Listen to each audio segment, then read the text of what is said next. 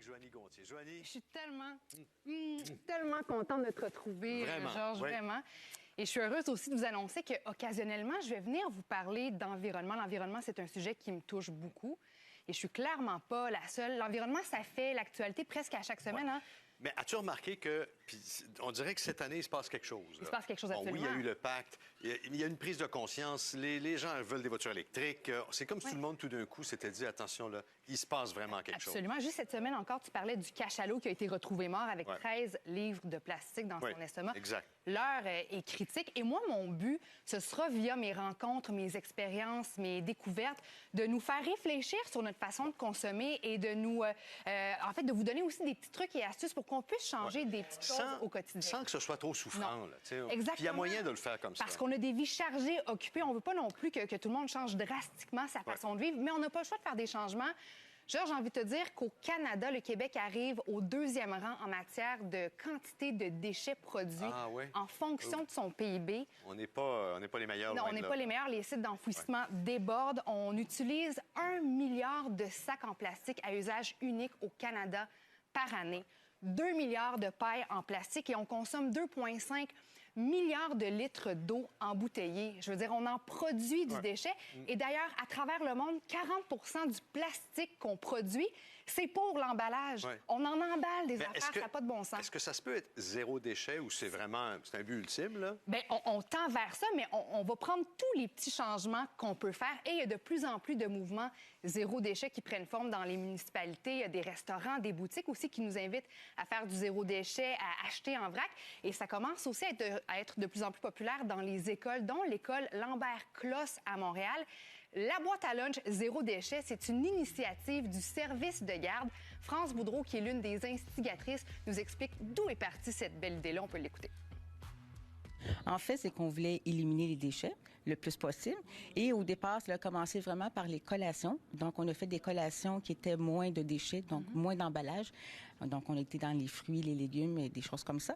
Donc, à partir de là, on a eu l'idée de dire, mais pourquoi qu'on ne va pas instaurer aussi une boîte à lunch écologique et demander l'aide des parents? Et quelle a été la réception des parents face à cette idée-là? On est dans un bon milieu, donc les parents sont très réceptifs et je vous dirais que au départ, c'est un jour semaine et on a vu l'engouement pour le projet. Donc, on a abordé une 2e journée, donc le mercredi. Et on peut voir maintenant qu'il y a des familles, c'est 5 jours semaine qui le font. Ah oui? Donc, c'est une idée du service de garde, mais on a constaté qu'au fur et à mesure, les plus vieux de l'école aussi commençaient à s'intéresser à ça. On écoute ça. Les petits, souvent, c'est les parents qui vont instaurer le processus. Malgré que souvent, la garderie aussi, ils ont touché à ce mode de vie-là. Tandis que chez les plus vieux, c'est vraiment eux et elles qui insistent beaucoup pour avoir la boîte à lunch de zéro déchet. Ils sont fiers de venir nous dire, bien, moi, je n'ai parlé à mes parents et puis j'insiste pour l'avoir. Surtout avec les nouveaux élèves qui arrivent à l'école, qui connaissent pas le principe qui est établi ici, donc ils vont vraiment insister et on voit une différence. Et je suis, Georges, une maman sur Instagram dont l'enfant fréquente l'école Lambert-Closse. Elle partage constamment sur son Instagram des photos des boîtes à lunch zéro déchet qu'elle fait pour son petit bonhomme Arthur. Regarde, elle y prend goût vraiment. Et je lui ai demandé qu'est-ce qu'elle appréciait du fait de faire des boîtes à lunch zéro déchet et aussi quel a été l'ajustement un petit peu plus difficile pour elle. Puis je trouvais qu'en faisant la boîte à lunch vraiment zéro déchet, je pouvais aussi contrôler toutes les variantes qui me stressaient un petit peu plus. Tu sais, comme, j'ai pas trop que mon enfant il soit habitué à boire juste du jus. Fait que, tu sais, là, c'est zéro déchet, je peux pas y mettre des petits jus. Fait que, tu sais, ça aide comme plusieurs autres aspects. Les fromages emballés, ça a été le pas le plus difficile. Ouais. Parce que, tu sais, il y a surtout un côté le fun pour les enfants d'un petit fromage emballé. Fait que je dirais que mon plus grand défi, c'était ça. C'est une belle réflexion à avoir. Puis, ben, quand tu as la chance de passer pour acheter des trucs en vrac, ben, tu réfléchis aussi à comment je peux utiliser ces produits-là pour pas les perdre parce que c'est vraiment comme une réflexion au sens large qui s'intègre tranquillement dans la famille.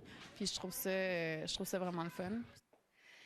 Et ce que Josiane Stratis me disait aussi, c'est que ça pousse les familles à porter la réflexion plus loin. Parce qu'en se forçant à faire des boîtes à lunch zéro déchet, on a comme un peu le pied dans l'engrenage. Alors, on commence à se questionner sur ce qu'on peut faire de plus à la maison, dans le domicile. Je parlais tantôt aussi des plus vieux qui commencent à faire la boîte à lunch zéro déchet. Je voulais prendre leur pouls à savoir pourquoi c'est important pour les plus vieux de sauver la planète. Ben, parce que j'ai pas envie de polluer la terre. Puis, ben, je trouve que ça insinue beaucoup les enfants de bien s'occuper de sa terre. C'est important pour toi de réparer, de guérir la planète. Ben, parce que sinon, on va plus avoir de planète. Puis, ben, ça serait un petit peu poche. Puis, conserver la nature, c'est quand même important. Je trouve que ça les encourage beaucoup d'enfants dans cette école à mettre à faire moins de déchets, puis ouais, c'est ça. Tu as apporté plein de matériel. Exactement. Parce que c'est important que les gens sachent ce qui se fait. Absolument. Bon, quelques petits trucs pour la nourriture. On priorise les gros formats plutôt que les petits formats emballés individuellement. C'est aussi pas mal plus économique. Les ustensiles, il y a des petits paquets d'ustensiles comme ça qui se mettent très facilement dans une sacoche, dans une boîte à lunch. Ici, on a la fourchette, le couteau, même les baguettes pour manger des plats asiatiques. Ah oui? Okay. Pour l'emballage, je te donne un exemple. Plutôt que de prendre une pellicule en plastique, il y a des emballages comme ça qui sont réutilisables. C'est comme ciré. Exactement. Ça va même au lave-vaisselle. On peut emballer les sandwichs. Si on mange la moitié de notre pomme, l'autre moitié de la pomme, on peut mettre ça ici aussi. Et ça, c'est pas fabuleux. C'est les petites affaires comme ça en silicone. On peut emballer nos plats dans le frigidaire, dans la maison avec ça. Plutôt que de prendre des petits sacs en plastique pour les collations, ça, Georges, touche à ça.